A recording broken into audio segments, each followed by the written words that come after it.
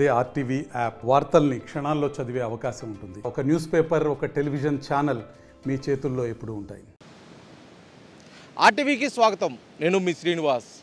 పొట్టకూటి కోసం నిత్యం ప్రమాదాలతోటి ఆవాసం చేస్తుంటారు, సమస్యలతోటి వారు సావాసం చేస్తుంటారు. వాళ్ళే గంగపుత్రులు, మత్స్యకారులు. వాళ్ళు సముద్రం మీద వేటకు వెళ్ళాలంటే, వెళ్ళి రావాలంటే పూర్తిగా కూడా కాలం మీద ఆధారపడి ఉంటుంది, వాళ్ళ అదృష్టం మీద కూడా ఆధారపడి ఉంటుంది. అటువంటి వేటకు వెళ్ళే మత్స్యకారులు ముఖ్యంగా వారి ఆయుధం వల. ఈ వల అసలు ఏ విధంగా చేపలు పట్టడానికి ఉపయోగపడుతుంది, అసలు ఎన్ని రకాల వలలు ఉన్నాయి, అసలు ఈ వల తయారీకి ఎన్ని రోజులు పడుతుంది, అసలు వల లైఫ్ ఎంతకాలం వస్తుంది అని అనేక విషయాలు మనతో పాటు ఒక మత్స్యకారులు ఉన్నారు. వారు మాట్లాడి తెలుసుకునే ప్రయత్నం అయితే ఇప్పుడు చేద్దాం. నమస్తే బ్రదర్. ముఖ్యంగా మీరు వేటకు వెళ్తే వలలు తీసుకొని వెళ్తూ ఉంటారు. అసలు ఏంటి వలకే ఎందుకు చేపలు పడతాయి, వేరే దానికి ఎందుకు పడవు, అసలు వల ప్రాముఖ్యత ఏంటి?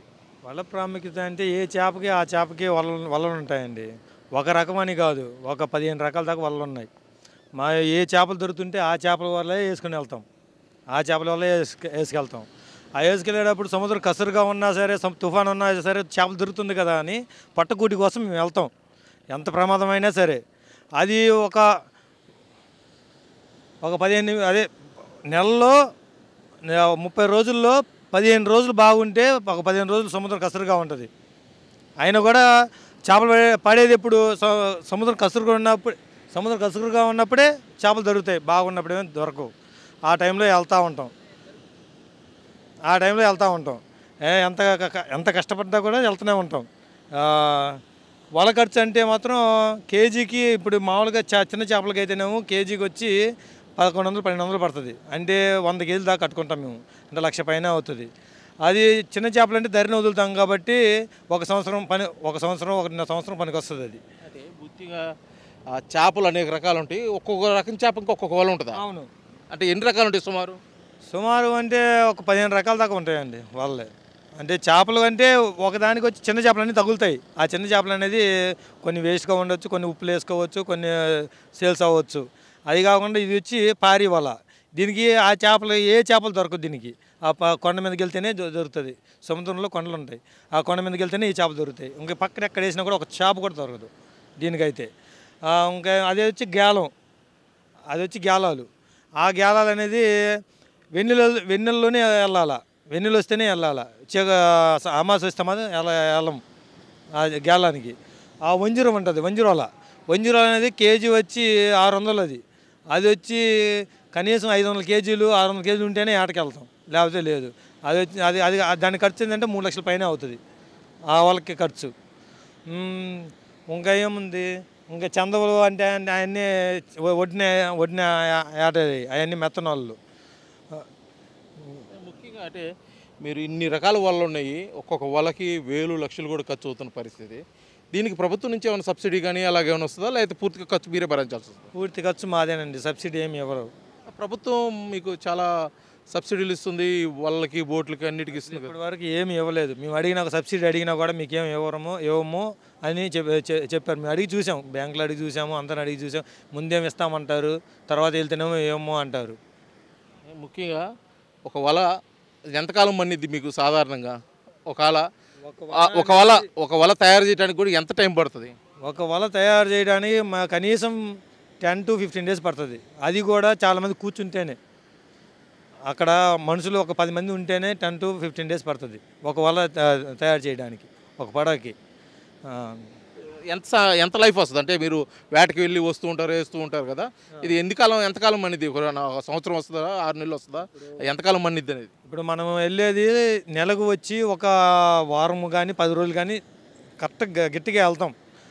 దాంట్లో ఇప్పుడు మీరు చూశారు కదా అక్కడ అదే వాళ్ళు చేస్తున్నారు చూడు, అది వచ్చి పులసలా అంటారు. అదైతే 1.5 year వస్తుంది, 1.5 year వస్తుంది. ఇంకా వంజరాలు ఉంటుంది, వంజరాలకి మాత్రమే. అది వచ్చి 3 years. అదే దానికి వచ్చి పెట్టుబడి 3 lakhs పెట్టాలా, 3 లక్షలు కానీ 4 లక్షలు కానీ పెట్టాలా. అది వచ్చి 5 సంవత్సరాలు 3 సంవత్సరాల పైన ఉంటుంది. అది 3 సంవత్సరాల పైన ఉంటుంది. ఇవి వచ్చి ఇది పారి మీద రాళ్ళ మీద వెళ్ళే చేపలు అయితే ఊరగని పోతూ ఉంటుంది, మనం కట్టుకుంటూ ఉండాలి, పోతూ ఉంటుంది. దానికి లైఫ్ అంటూ ఉండదు దీనికి. ముఖ్యంగా వల మీకు నష్టం జరిగితే ఏ విధంగా జరుగుతుంది? అంటే ఈ వర్షాలప్పుడు కానీ లేకపోతే తుఫాన్లప్పుడు కొట్టుకురావడం కానీ లేకపోతే ఏదైనా నష్టం ఏ విధంగా జరుగుతుంది మీకు ఈ వల్ల ఎప్పుడు డ్యామేజ్ అవుతుంది ఎక్కువగా? మేము తెల్లవారుజామున అదే 12 గంటలకు నైటు 12 గంటలకు పడవ తీయాలా, లేకపోతే సాయంత్రం ఈవినింగు 3 గంటలకు తీయాలా. 3 గంటలకు తీస్తే సాయంత్రం వదులుకొని సాయంత్రం అయితే ఇక్కడికి వచ్చేసరికి నైట్ 12-11 అవుతుంది. అది 12 గంటలకు వెళ్తే ఉదయం 9-10 అవుతుంది ఇక్కడికి వచ్చేసరికి. ఆ టైంలో మేము వెళ్ళి వదిలినప్పుడు బోట్లు వస్తూ ఉంటాయి. ఆ బోట్లు మమ్మల్ని పట్టించుకోడు, లైట్లను పట్టించుకోడు. వాళ్ళని పట్టుకొని వాళ్ళ మీద లాక్కొని వెళ్ళిపోతూ ఉంటాడు. ఆ టైంలో మాకు వాళ్ళంతా లాస్ అవుతుంది. వాళ్ళు కూడా మత్స్యకారులే కదా, మీరు మీకు తెలియదు పట్టించుకోరు. ఎందుకని? వాళ్ళు ఈ ఏరియా వాళ్ళు కాదు, ఈ ఏరియా వాళ్ళు అయితే చూసి వెళ్తారు. చెన్నై నుంచి కడవలూరు నుంచి వస్తారు. వాళ్ళు వచ్చినప్పుడు ఏమైందంటే లైట్లను చూసుకోరు, ఏం చూసుకోరు. ఇంకా వాళ్ళని చూసి మనం దూరం చూసి మనం మళ్ళీ అక్కడ ఇంజిన్ స్టార్ట్ చేసుకొని అక్కడికి వెళ్ళి వాడికి చెప్తే అప్పుడు వాడు పక్కకి వెళ్తాడు. అది మనం చూడలేదంటే మాత్రం లాక్కుని వెళ్ళిపోతాడు వాళ్ళ మీద. అప్పుడు ఎంత డ్యామేజ్ జరుగుతుంది వాళ్ళకి? వాడు లాగేదాన్ని బట్టి ఉంటుందండి. ఒక బోట్ అంటే వాళ్ళు తెగిపోతేనేమో అటు ఇటు నిలబడిపోయి మధ్యలో ఒక 20 బార్లు 30 బార్ల దాకా పోయిద్ది. అదే కానీ 1 కాదు 2 వచ్చినాయి అనుకోండి, అక్కడ ఉన్న ఎక్కడ దాకా లాగాడో మొత్తం వెళ్ళిపోతుంది. అది మన కంటికి కూడా కనిపించదు.